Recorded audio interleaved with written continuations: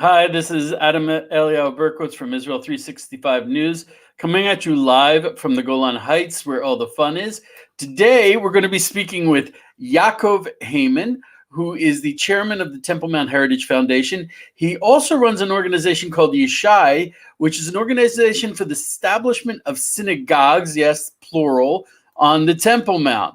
And that, God willing, will be the first step to the third temple. And God willing, when the third temple gets here, if you don't bring a sacrifice, well, you can hang out and pray if you want to.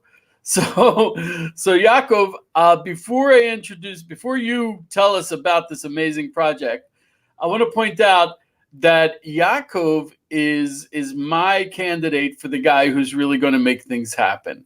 And the reason is, hey, I thought I was the candidate. You're going to be standing just to the right of him and two steps behind, because Yaakov is not a theoretician, a theologian.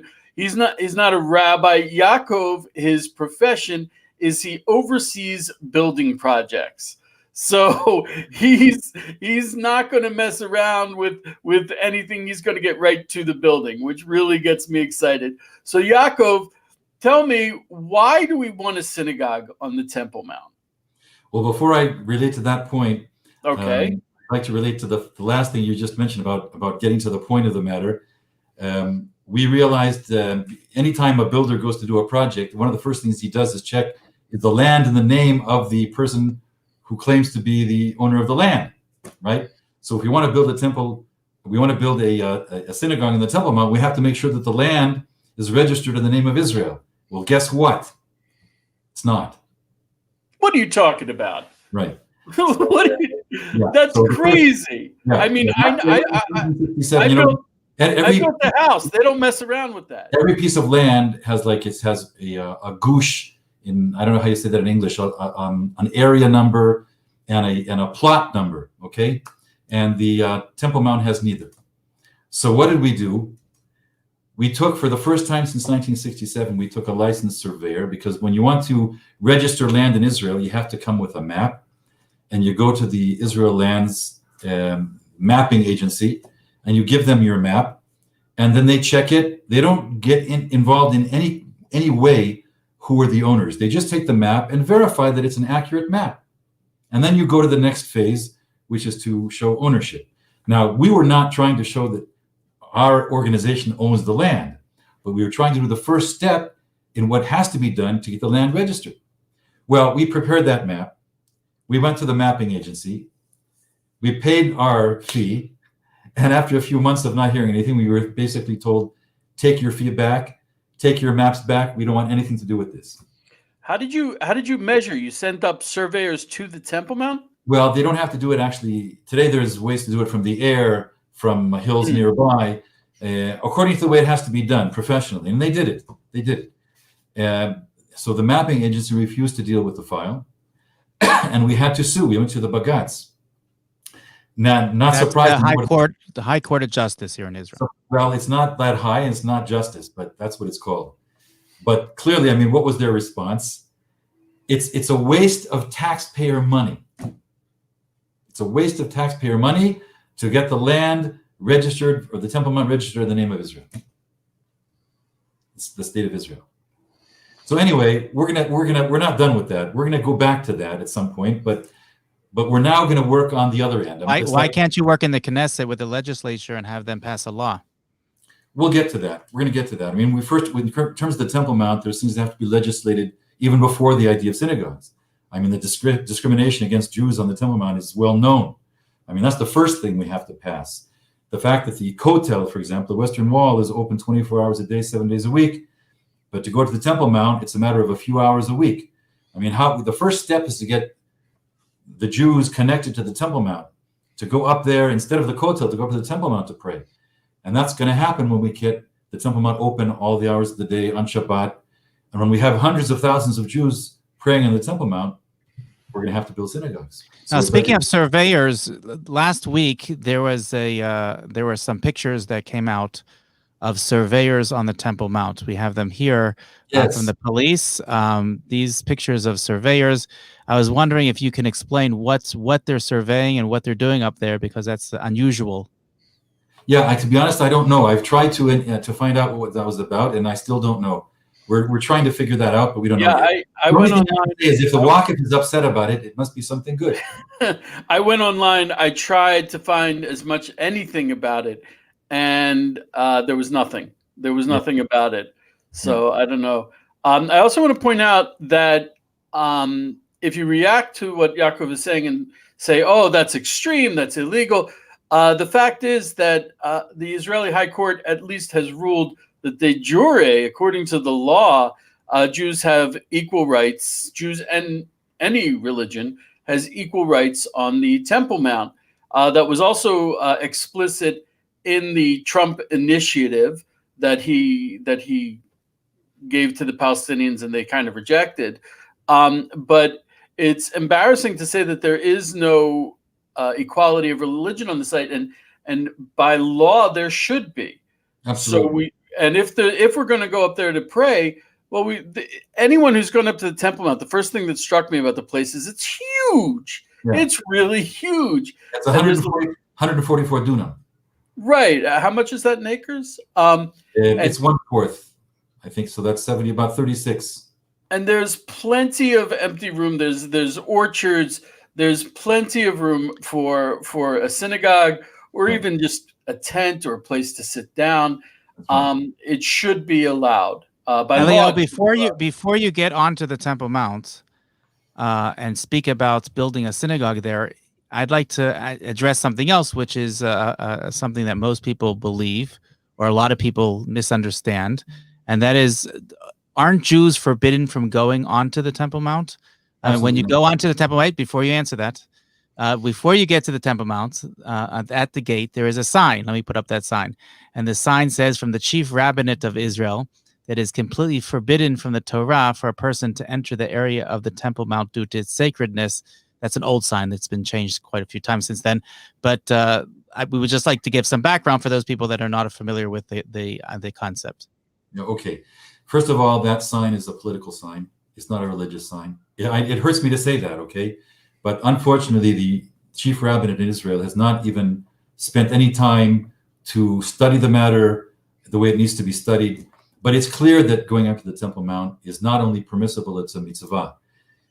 We know it from many, many sources. First of all, why should we be concerned about not going up to the Temple Mount? For two reasons. Number one, clearly we have to have a certain level of purity to go up to the Temple Mount. But when people talk about karet, which in translated means being cut off from your people, that's only in the place where the temple stood. Now, where the temple stood, we're talking about only 5% of today's area of the Temple Mount.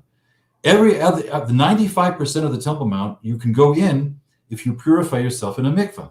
95%. So when you hear people talking about karet, it's simply not true. It's not true.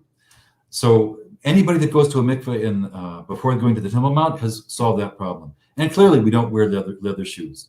So that's the first thing. The second thing is, okay, we know that we're allowed to, but how do you know where? How do you know where the temple stood?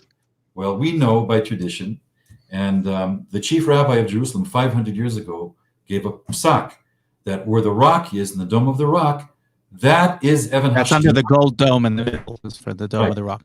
Right. It's called the Dome of the Rock because the rock, which is at the very center at the bottom, which is by our tradition, is the Evan Hashtiyah. Now, we have a tractate in the Mishnah called Midot, measurements. So once, from simple geometry, if you have a point and you have a line in a direction, you can figure everything else out.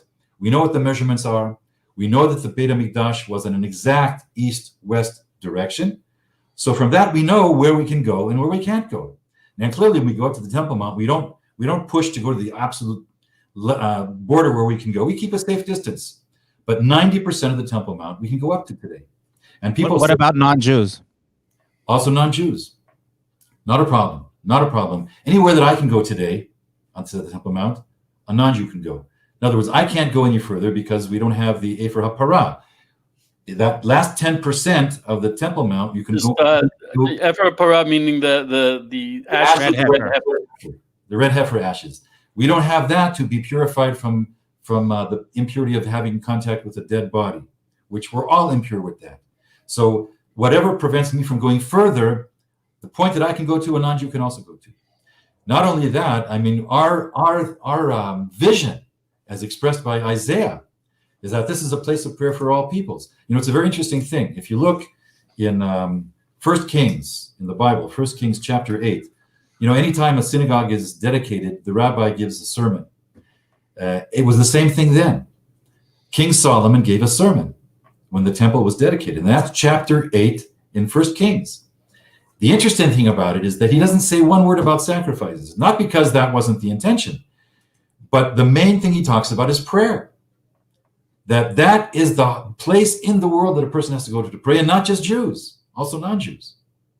But today, just practically speaking, because it's important for a lot of our listeners who are not Jewish to know this, that Jews, when they go up, they're highly restricted on the path that they take, while non-Jews have more leeway as to where they can go, and perhaps sometimes they go to places where they're not allowed to go. So you should probably just mention that. Absolutely. The main problem is that, unfortunately, we don't have a chief rabbinate that has taken this whole issue into hand and made sense out of it. Clearly, there's a border beyond which nobody should be allowed to go, okay? Now, the police restrictions on us have nothing to do with Jewish law. They follow us and they restrict us because they're trying to prevent us from praying. Like, you know, they try and say it's about security. It's not about security. If it was about security, their cameras would be pointed not towards us, but towards the area surrounding us, right? But their cameras are always supported or are always pointed towards us to make sure that we're not praying. Now, the changes that have come about in the Temple Mount over the last more than 20 years since I've been going up to the Temple Mount have come about only because of the increase in the amount of Jews going up there. When I started going up to the Temple Mount 23 years ago, there was maybe 2,000 Jews a year that were going up. And now, if it weren't for the corona, we're getting close to 40, 50,000. Wow. Once we get to 100,000, 200,000, they're not going to be able to keep up those restrictions. We're going to take 200,000 Jews and send them to the jail. It's not going to happen. So we see the tendency. The tendency is as more and more Jews go up, things become different. Just 6 months ago, a Jew couldn't even drink from the water fountains on the Temple Mount. So we made enough of an embarrassing situation of the police by publicizing it that now Jews can drink water. There is an opposing tendency, or an opposing trend, which is when Israel conquered the Temple Mount in 1967. There was one mosque on the Temple Mount, and that was the Aqsa Mosque, which most people are mistaken. The Aqsa Mosque is not the gold dome. The Aqsa Mosque is the silver dome. Al-Aqsa. Al-Aqsa. Al-Aqsa. And the gold dome at the time was a shrine to the rock, which was even the Muslims knew was from the Jewish temple. They purposely made a mosque so that they would turn their backs on the Jewish temple. It had to do with the Qibla, which direction the Muslims were supposed to pray. They didn't want to be mistakenly praying towards the Jewish temple.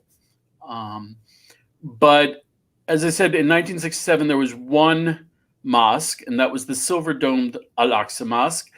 And there are currently, is it 4 or 5 mosques? Both of them were silver-domed in 67, but you're talking about... True also. Actually, also true. Both of them were silver-domed. The Jordanian king, he sold one of his houses in London in order to cover it in gold.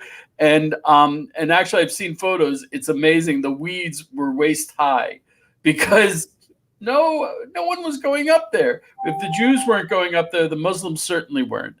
But I think there's currently, is it 4 or 5 Muslim places of worship? Yeah, there's 5, and three of them have been added during the term of the Likud being in power. Okay. Yeah. And one of them, embarrassment. It's an embarrassment. One of them, the Marwani Mosque, is in what used to be called Solomon's Stables, which was the reason why they built it was it Rav Mordechai Eliyahu wanted to build a synagogue there, and he had arranged it all that you could go in. There would be no problem with ritual impurity. that you could have an entrance that the Jews would not come in contact with the Muslims. And as soon as the Jews wanted to build it, they went in literally with huge tractors, destroyed the archaeology that was there, and built this mosque that can seat, I believe it's up to 10,000 worshipers, and it's never used. It's it's very, very, very rarely used. Right. And so here we have the Muslims increasing the worship up there, and the Jews are being denied even the most basic rights up there. Right. So I think one synagogue, it's the minimal that we could ask for. It's the least that we could ask for. Yeah. Again, I mean, the main thing that Jews have to do on the Temple Mount, I mean, it's even when the temple will be rebuilt, it's not like you bring a korban every day, but to pray every day, certainly people that are close, there's no reason. So we clearly have to have places where we can pray. We're not talking about, it's extremely important to make this point, we're not talking about synagogues instead of the temple itself. We're talking about synagogues around the place where the temple will be. And there's all kinds of visions that we have, ideas about how those synagogues should be built. Hopefully that at least one wall, any place that Jew prays, he has to face Jerusalem. And if he's in Jerusalem, he has to face the Temple Mount. And if he's on the Temple Mount, he has to face where the temple will be. So the idea would be that we would build synagogues that would be facing the place of the temple with glass walls, so whoever is praying inside can see the temple itself. Isn't Israel doesn't have a constitution, but it does have what is known as the basic laws, and one of those basic laws requires the freedom of worship anywhere in the country. How does that jive with the restrictions that you're describing on the Temple Mount? It doesn't jive. It doesn't jive. All these restrictions are political. They're based on fear, basically fear. I mean, they're always talking about the Temple Mount as being an explosive place. It's not explosive. I think what it amounts to is really those that are in power in Israel, they're afraid of Israel become a real Jewish state. They want it to be a secular state. So the prevention is really coming from inside Israel. The nations of the world, they care if Jews pray in the Temple Mount. They don't care. They don't care. I imagine when the first time people from the Emirates will be coming here from the UAE, I'm sure they'll be happy to go up to the Temple Mount with us to pray. Some have already come, and they've gone with the Jews because they were getting harassed by the Palestinians that were there. Right. Yaakov, you mentioned about what would happen. I wrote an article today about Trump's 10 greatest achievements for Israel as president of the United States, and one of them, of course, was recognize Jerusalem as the capital of Israel. And every time he did something, people were like, "Oh, it's going to explode! Apocalypse! It's going to be wars!"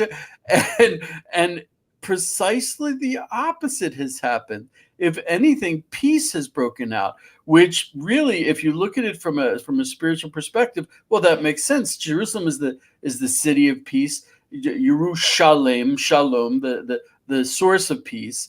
And all these people who are afraid that it'll bust out in war. Well, we've had war, and we haven't had Jewish prayer on the Temple Mount. Let's try something different. Maybe something different will come out of it. That's right. No, actually, also you hear people talking about sovereignty all the time. That sovereignty has to be in all of Israel. But the most important, that's clear, but the most important place there has to be sovereignty is on the Temple Mount. I mean, that is the essence of who we are as a people. I mean, it says in one of the in the Sifrei, which is a explanation in the book of Devarim, Deuteronomy. When the time of Shavuot, when we come with our first fruits, we make a declaration, and it says in the Torah that we thank God for bringing us to this place and giving us this land. So the rabbis 2,000 years ago, they said, "Wait a minute, isn't that the order isn't quite right? First we came to this land, and then we came to this place, the Temple Mount." So the rabbis say, that's just to teach you that by the merit of you coming to this place, God has given us the land. Our most important function is to be a holy people. That's the most important thing we have to give to the world. Jews are scientists, and they're artists, and they're mathematicians, and they're everything, right? Thank God we have brains to do all kinds of good things. But the most important thing we have to give to the world is holiness. And how can we do that when our most holy place is denied to us? By the way, when we talk about bringing peace to the world, the first thing we have to do is bring peace among ourselves. The temple was destroyed because of unfounded hatred among Jews. So we call the name of our organization Yishai, the Yishai organization. Why Yishai? Yishai is an abbreviation for Yachad Shivtei Yisrael, which means the tribes of Israel together. Okay, that's one thing. The other thing is that Yishai was the father of David. So we say, just like Yishai gave birth to David, synagogues on the Temple Mount will give birth to the temple itself. Because once we have tens and hundreds of thousands of Jews going up daily to pray in the Temple Mount, the temple is just a step away. Now, in recent years, there has been a change as far as actual prayer being done on the Temple Mount, and there have been numerous videos and pictures of Jews praying, having a minyan, saying all the different prayers that are necessary within a quorum, on even the holiest days of the year, on Yom Kippur and Rosh Hashanah. How has that changed, and what is this something that's leading towards us building a synagogue there? Yes, absolutely. There's no question about it. I mean, as time goes on, the key fact, by the way, these changes have come about because of the pressure of more and more Jews coming to the Temple Mount. As I said previously, it's still not something which you can anytime go up there and pray. I mean, it depends on what policeman is standing next to you and whether he's going to let you pray or not. But unfortunately, we wear masks now, so it's a lot harder to tell. Right, exactly. But clearly, as more and more Jews come to the Temple Mount, this will be more and more possible. So once we've got large numbers of Jews praying the Temple Mount, I mean, you have to have a place to put prayer books. You have to have a place to put the Sifrei Torah. We can't leave a Sefer Torah in the rain, right? So it's a natural thing. It's a natural thing. So that's why we're getting in gear. We're trying to get our organization established more quickly, because we see that once the floodgates are open and Jews can more easily go to the Temple Mount, I mean, we're going to have to scramble to get synagogues built there. I imagine at first we'll have tents just to have some places to organize ourselves. But we definitely have to have the synagogues. Is there any indication that in the times of the temple, the first and second temples, that there were synagogues on the Temple Mount? Yes, very good question. It says in Masechet Yoma and also Masechet Sukkah, it refers to Chazan HaKnesset. It says Chazan HaKnesset. And Rashi on that says, at the time of the temple, there was a synagogue next to the Azara. Incredible. Notice what we want to do here is not something which was never done. At the time of the temple, there were synagogues, or at least one synagogue next to the temple itself.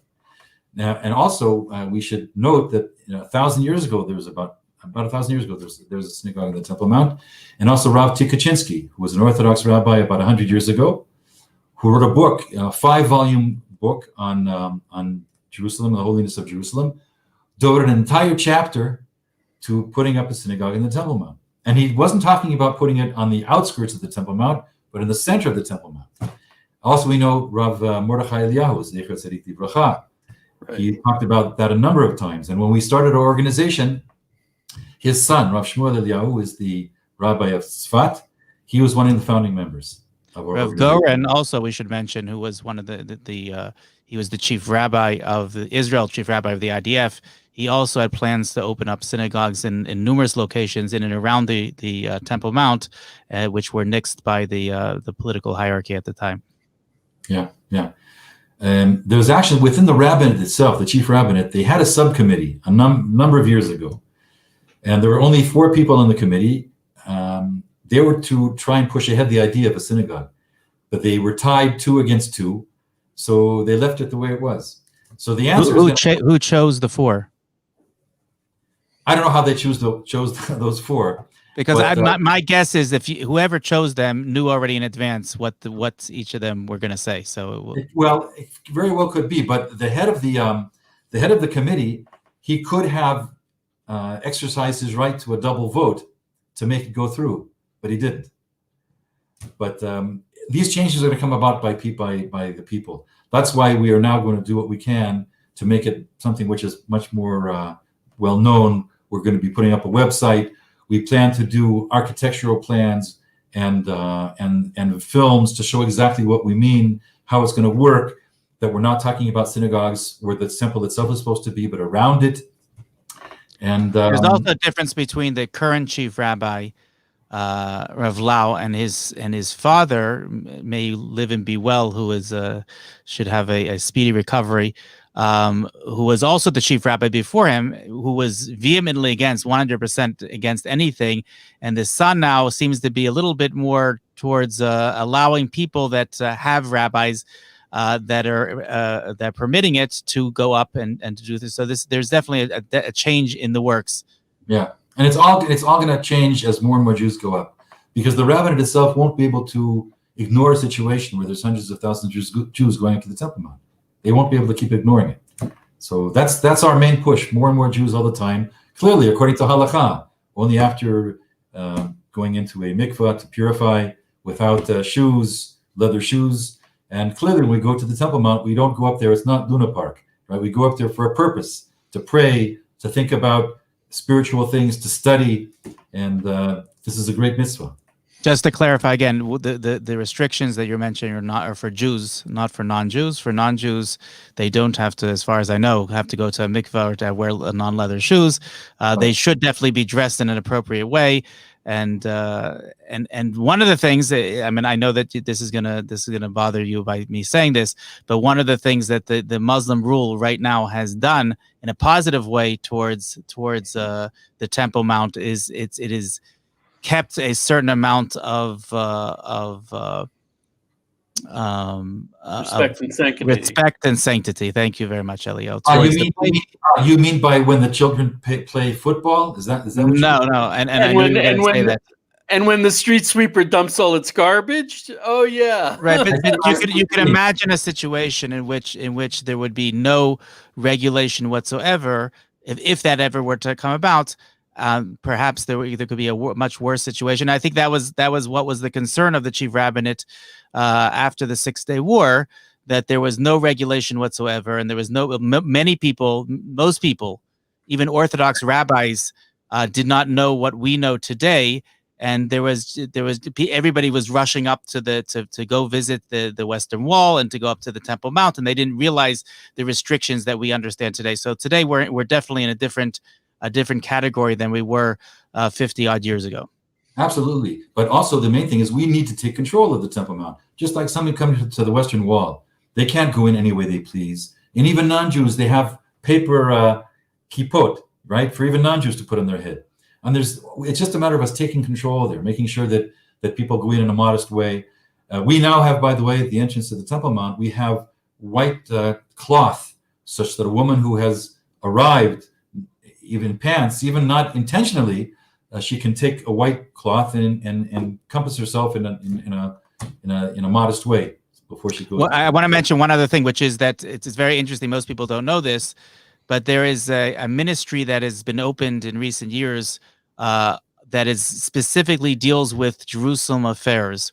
And the minister of Jerusalem affairs, you would think, would also have jurisdiction over the Temple Mount and over the Western Wall and that entire area, but indeed he does not. That he has jurisdiction over everything except for the Temple Mount, which is held by one person only, which is the Prime Minister of Israel today. That's Bibi Netanyahu.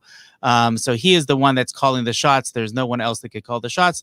So any questions or comments should be addressed to the Prime Minister, not to the Minister of Jerusalem affairs. That's a very good point that you're making, because a lot of people get irritated with the police. It's not the police. They get orders. And I'm sure at a certain point we'll have a prime minister that has a little bit more courage about the Temple Mount.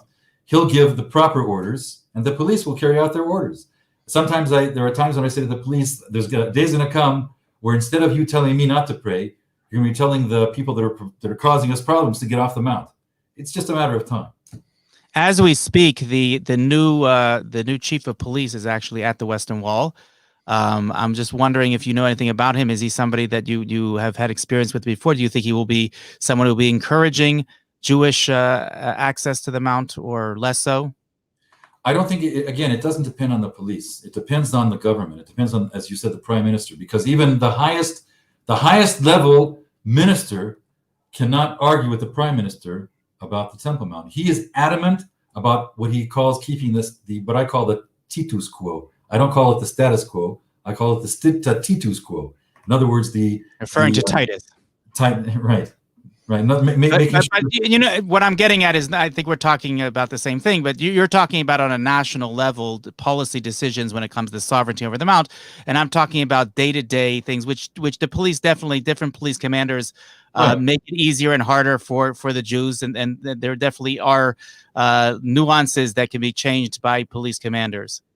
Yeah, but I think again, the main way we change things is just by having lots of Jews coming.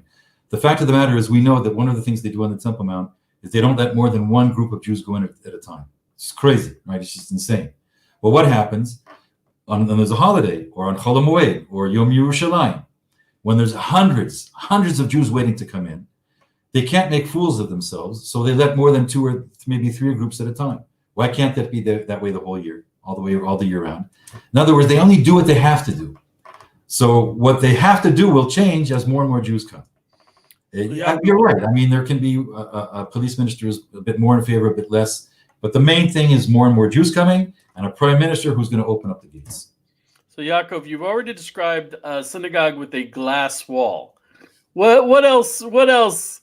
Describe to me so I can start imagining it and bringing it into reality through what do they call it? I don't know. You know, where you start imagining things and think they're going to happen. What is the synagogue on the Temple Mount going to look like? Let's hear a scoop.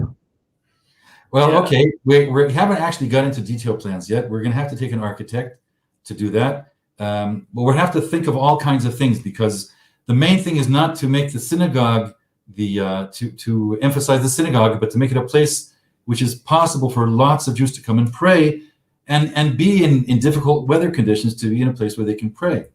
In addition to the glass and being able to see the temple, there's also certain aspects of prayer that have actually changed on the Temple Mount. The words are not all the words are the same. Yeah, it's interesting, because there's certain halachot. So we're gonna have to make a new Temple Mount prayer book. That's right. Oh my gosh! You Yeah. blew my mind right there. Okay. You don't have to make a new one, because it's already exists. It's and it's written down in the Talmud very clearly how they used to pray. I have another question though. That would require a whole new security features on the Temple Mount, because we know that if, for example, in the Tomb of the Patriarchs in Hebron, where different days of the year it's given to completely under Muslim control, when that happens and the whole tomb is given to Muslim control, they have to remove everything that has anything Jewish about it, all the prayer books, all the Torah scrolls, everything that has any Hebrew words on it have to be removed for fear of desecration by the Muslims that are there. We know the reaction that happened after a few years ago, after 2 police officers were killed on the Temple Mount, and they attempted to put up this basic security features, including cameras and metal detectors. What is the concern about having a synagogue which is going to have its whole, like I said, a whole new level of security up there on the Temple Mount? Well, let's put it this way. By the time when we get to a point where there's going to be a synagogue on the Temple Mount, that's clearly going to be a situation where politically things have changed. And instead of a weakness, we have strength. I want to go back to what you said about the police. Even though I had many differences with the Jerusalem police commander at the time that murder on the Temple Mount, the fact of the matter is he made order, and he made order very quickly. And he was the one that insisted on the metal detectors. And the Muslims, as you recall, they said, well, as long as those metal detectors are there, we're not going to go in. He said, okay, no problem, don't go in. Was that Yoram And Ali? who made him take down those metal detectors? Prime Minister. Right. Prime Minister. Right. So the fact is, we know how to make order. And when there's synagogues on the Temple Mount, believe me, we're going to be in a situation where we're dictating what goes on there, and not the Waqf, not the Muslims. The Muslims will be going in because we let them go in, not the opposite. God willing. How, if someone's interested in more information, contacting you, how would they contact you? My email is the best way, which you put it here on the screen. Anybody who's interested in being in touch and helping, donating ideas, please be in touch with me, and I'm sure we can find a way that you can help. Think about it. This is an amazing point in history. The world is changing under our feet in so many ways. And when we get out to the other side, we might actually have prayer on the Temple Mount from all nations. I was once interviewed by some Muslims here in where we live. You can see the Temple Mount from a porch. So she asked me, where is your temple going to be? So I pointed to where the Dome of the Rock is. And she said, but there's already something there.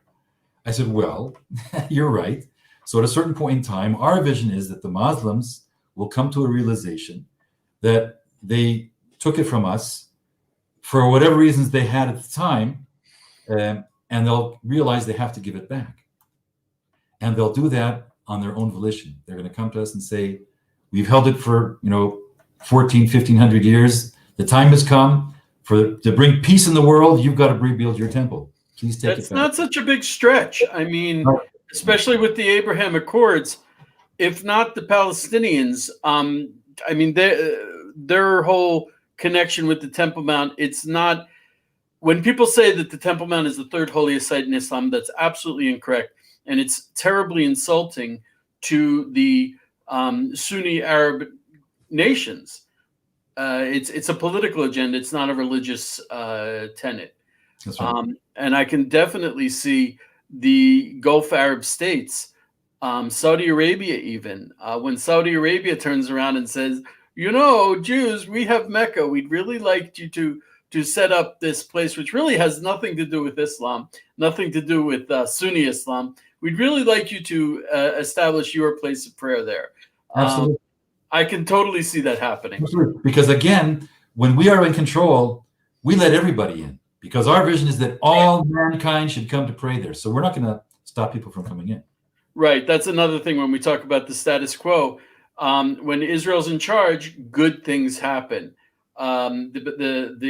We see in other holy sites, Christian holy sites that are under Palestinian. We see what's happening in Bethlehem, where Bethlehem is no longer. It's far from being a Christian majority, and there's no Christian service. There's no Christian worship there really, and the Muslims have taken over Christmas. So a Jewish leadership there, a Jewish custodianship, a Jewish whatever you want to call it, it would certainly, I think, be a big improvement. What is the current relationship between the country of Jordan and I know that there's a lot of fights from different Arab nations, including Jordan, Morocco, Turkey, over the rights to the area. What is currently the status, the status quo, as you call it? Well, I think the best, if we could get Bibi on the line and ask him what he promised them, that would be the best way, because there's nothing written. Nothing written. You mean in the Abraham Accords? But I'm even talking before that. I'm talking about before the Abraham Accords. I'm talking about what was given to Jordan. We don't know what was promised them. I mean, there's nothing written. Nothing was brought to the Knesset for approval. They have, look, again, it all depends on who we have as prime minister, because in so many ways, the rights of Jews in this country are being trampled. If you look even according to those cursed Oslo Accords that talked about Area C as to be in our total control, and we see Arabs just taking over large swaths of Area C, and the government does nothing about it. We see where, illegal Arab building. I live in East Jerusalem, and I saw that R.A. King published something not too long ago that Netanyahu has forbidden pakachim, I don't know how to say pakachim in English, supervisors from the city to go in and supervise illegal Arab or to put on reports for illegal Arab building. I mean, it's clear that the government of Israel is not doing what it has to do to ensure Jewish rights here. Yeah, they actually let Palestinian police in at some point. Palestinian police now, right. So we're talking about a total change in the way this country is run. A total change. I mean, instead of seeing... Do you think that can come about with the new election that's pending now? I'll tell you something. I don't really know. Right now, I can't. I'm not going to say who I'm planning to vote for, but I can only say one thing. Hashem, God, gives us leaders that we are worthy of having. When the Jewish people want leaders that will make order here, the right person to do that will become available, and the Jewish people will know it. So what has to be done now is the Jews have to want it. The Jews have to want a situation where there's no compromises on sovereignty anywhere in Israel, and especially in the Temple Mount. And they'll show that with their feet. I mean, when thousands and thousands of Jews will come to the Temple Mount to protest what's going on there, that's going to make a change.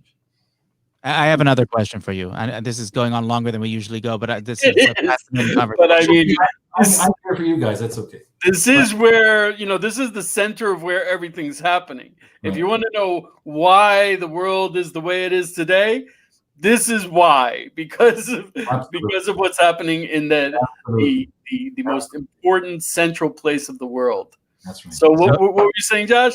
Yeah. So Yaakov, you were talking about the fact that a day will come where there will be proper leadership.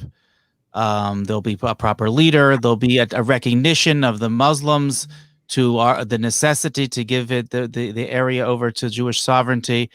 Why suffice it with a synagogue? Why don't go straight to the temple? Let me tell you something. If we could do the temple tomorrow, I'm all in favor. I believe that the best way to make the temple something which is real is the first thing is to get Jews connected to the Temple Mount. That's today. The next thing is to get synagogues on the Temple Mount so we have Jews praying there regularly.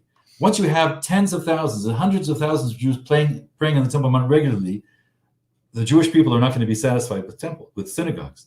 The temple is the most logical next step. In other words, this is not something. There was a rabbi who I met with, a very, very prominent rabbi, a number of years ago. He's no longer living. But when I wanted to get his support for putting synagogues on the Temple Mount, he said, I'm opposed to it. I said, why are you opposed to it? He said, I'm opposed to it because I think once we have synagogues there, the Jews aren't going to want to put up the temple. I said, the Jewish people? We're talking about the same people. Once there's synagogues on the Temple Mount, it'll be impossible to stop it. Well, within a year, actually, he changed his mind, and he actually publicized that he was in favor of putting synagogues. With that logic, you shouldn't have synagogues anywhere because a synagogue is a mikdash ma'at, and that all of them could be replaced. And often, that is exactly why the Reform movement changed the name of their synagogues to temples, because they said we don't need to have a temple in Jerusalem. We could have temples here in Berlin or in New York or wherever we want. We don't need to have a temple in Jerusalem. Right. What we need to do is we have to make people understand, the Jewish people understand, first of all, the importance of the power of prayer. That's the first thing.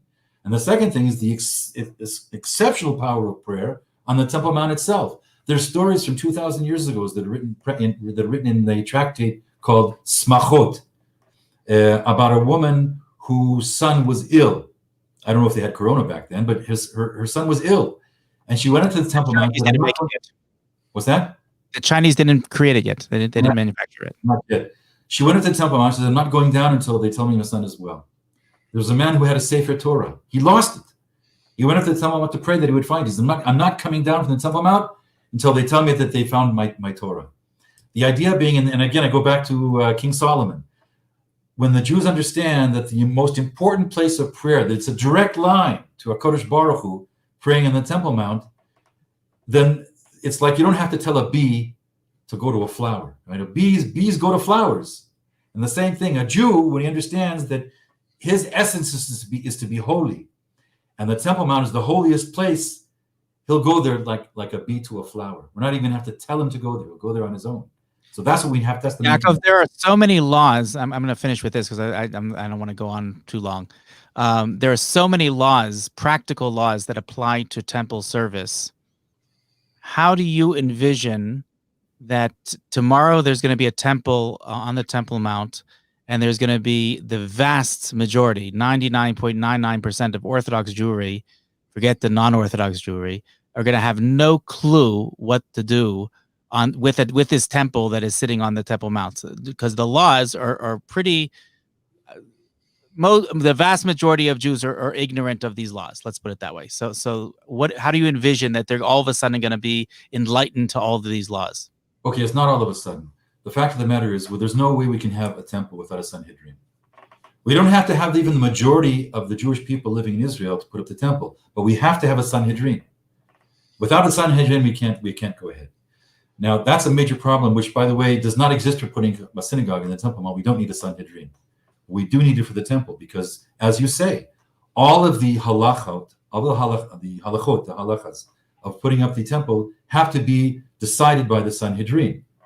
Now, getting a Sanhedrin, I was once told by I once asked Rav Lior in terms of getting the Sanhedrin together, and he said, even to get a meeting of the rabbis, to have them agree on what kashrut we need for the water at that meeting, we couldn't even get them to agree on that, and we don't even need kashrut for water.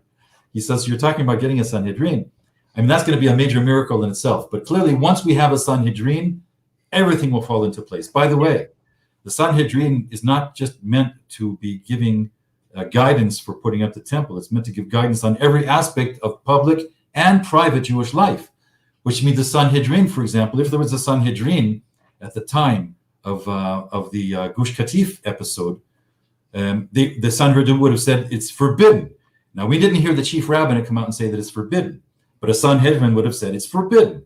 And the Sanhedrin will say what it has to say on all kinds of Jewish aspects of Jewish life, public and private. It sometimes amazes me how people will sometimes take something that's really good that they should do, and they'll make it so big that they don't do it.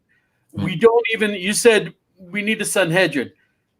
I mean, thinking about getting, 71 rabbis to agree on anything I can't imagine it happening. It would definitely be a miracle straight from God for that to happen. But we don't even need the temple in order to start the temple service. We just need an altar. Right. And then we can start doing the temple service. Elio, the temple service includes prostrating yourself on the temple mountain. There's a lot of things that can be done even without an altar. But with an altar, that can facilitate the So that's precisely my point. There are things that we should be doing right now, even without an altar. The fact of the matter is, when Ezra came back from Babylon, for 22 years, they didn't have a temple. They built an altar and they did sacrifices. And there's no question that we can do that today. I'm wondering how much of that is that we've gotten too comfortable in our exile Judaism, and we don't want to do what we're supposed to do. We're too comfortable in our synagogues, in the whole exile kind of Judaism. Yeah. And we're back in Israel, which is like this huge miracle. And it requires us to really step up. And I mean, and not a lot, step by step. And we're not. And that's very, very disheartening, I think. Well, the thing is, what's happening in America now, and I certainly hope that Trump can pull a rabbit out of the hat before Wednesday at the supposed inauguration. But, America should live and be well, and things should turn out well. But at a certain point in time, we have to realize that the Jewish people, we're the ones that have to take the lead. The world is waiting for the Jewish people to take the lead. And once we take the lead, because the next revolution in this world has to be a spiritual revolution, and that has to come from us. Actually, and in this, we really have to end. And so I'm going to take the last word. I really feel that what we're at now is that we owe a deep debt of gratitude to the Trump administration and Trump for what they did for Israel. But I feel that now we're at a stage where all the people who helped us through Trump, they're now looking to us to help them. And that's going to be accomplished through through moving forward towards the temple, God willing. God willing. Okay, Yaakov, I can't thank you enough. This is a man who is, if you want to know what the electrical plans for the third temple are going to be like, how the plumbing is going to fit in, he's the guy. Yaakov, thank you so much for joining us. Thank you. Should all be blessed. Blessings coming out from Israel to all of the people who joined us. Just tomorrow, what do we have planned for tomorrow? I'm not sure yet. Okay, stay tuned. It's a surprise. Yeah, okay, tomorrow's still a big question mark. Okay. So we will be speaking with Dr. Mordechai Kedar later on in the week about prophecy being fulfilled in modern Israel. And he's not the usual kind of guy to get all weird about that stuff. So I'm really looking forward to hearing his take on that. All right. Thanks a lot. Thank you so much, Yaakov. Thank you all our listeners. Be blessed. Have a great day.